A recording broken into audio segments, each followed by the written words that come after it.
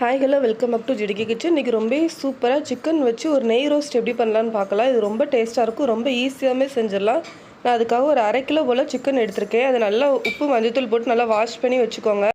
சிக்கனுக்கு தேவையான அளவு உப்பு சேர்த்துக்கிறேன், கொஞ்சமாக மஞ்சத்தூள் சேர்த்துக்கோங்க. ஒரு 1/4 கப் அளவு நான் தயிர் சேர்த்துருக்கேன். ஒரு 2 ஸ்பூன் அளவு இஞ்சி பூண்டை ஃப்ரெஷ்ஷாக இந்த மாதிரி இடித்து அதை உள்ளே சேர்த்துக்கோங்க. ஒரு அரை லெமனை எடுத்து இந்த மாதிரி அதோடய ஜூஸை நல்லா இந்த மாதிரி பிழிஞ்சு விட்டுக்கோங்க. நல்லா மிக்ஸ் பண்ணி விட்டுக்கோங்க. நல்லா மிக்ஸ் பண்ணதுக்கப்புறமா அதை ஒரு 1/4 மணி நேரம் நல்லா ஊற வச்சுக்கோங்க. அப்போ தான் டேஸ்ட்டு ரொம்பவே நல்லா ரிச்சாக இருக்கும்.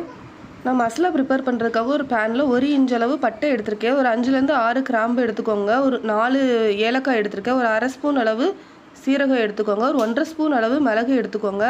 ஒரு 2 ஸ்பூன் அளவு நான் வரமல்லி எடுத்திருக்கேன். நான் காரத்துக்கு ஒரு 7லேருந்து 8 காஞ்ச மிளகாய் சேர்த்துக்கோங்க. நல்லா மீடியம் ஃப்ளேமில் வச்சு லைட்டாக வறுத்து விட்டுக்கோங்க. நான் கல்பாசி கொஞ்சமாக சேர்த்துருக்கேன். கல்பாசி சேர்த்தோம்னா ஃப்ளேவர் ரொம்பவே சூப்பராக இருக்கும். சேர்த்து அதையும் நல்லா வறுத்துக்கோங்க. நல்லா ஆற வச்சுட்டு நல்லா ஆறுனதுக்கு அப்புறமா அது ஒரு மிக்ஸி ஜாருக்கு மாற்றிக்கோங்க.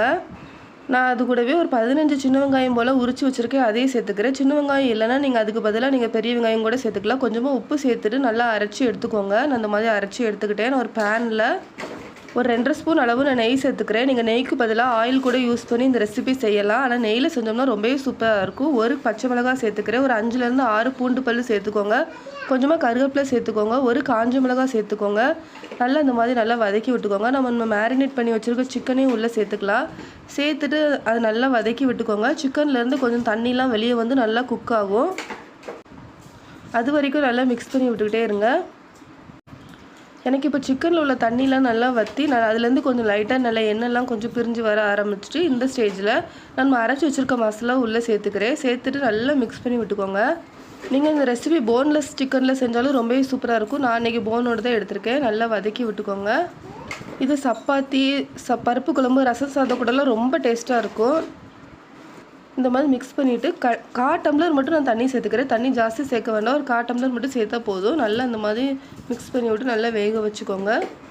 உப்பு கரெக்டாக இருக்கான்னு செக் பண்ணிக்கோங்க. தேவைப்பட்டால் கொஞ்சமாக ஆட் பண்ணிக்கோங்க. நான் திரும்பவும் 1 ஸ்பூன் மட்டும் நெய் சேர்த்துக்கிறேன். நல்லா ரொம்ப டேஸ்ட்டாக இருக்கும். நல்லா மிக்ஸ் பண்ணி விட்டுக்கோங்க. கடைசி கொஞ்சமாக கொத்தமல்லி தலையை இந்த மாதிரி கட் பண்ணி வச்சுருக்கேன், அதையும் உள்ளே சேர்த்து நல்லா மிக்ஸ் பண்ணி விட்டுக்கோங்க. இப்போ நம்மளுக்கு ரொம்பவே சூப்பரான சிக்கன் நெய் ரோஸ்ட் ரெடி ஆகிட்டு, நீங்களும் ஒரு தடவை இந்த மாதிரி செஞ்சு பாருங்கள். ட்ரை பண்ணி பார்த்துட்டு உங்களோட ஃபீட்பேக்கை மறக்காமல் எனக்கு ஷேர் பண்ணுங்கள். அந்த ரெசிபி பிடிச்சிருந்தால் லைக் பண்ணுங்கள். ட்ரை பண்ணி பார்த்துட்டு உங்களோட ஃபீட்பேக்கை எனக்கு ஷேர் பண்ணுங்கள்.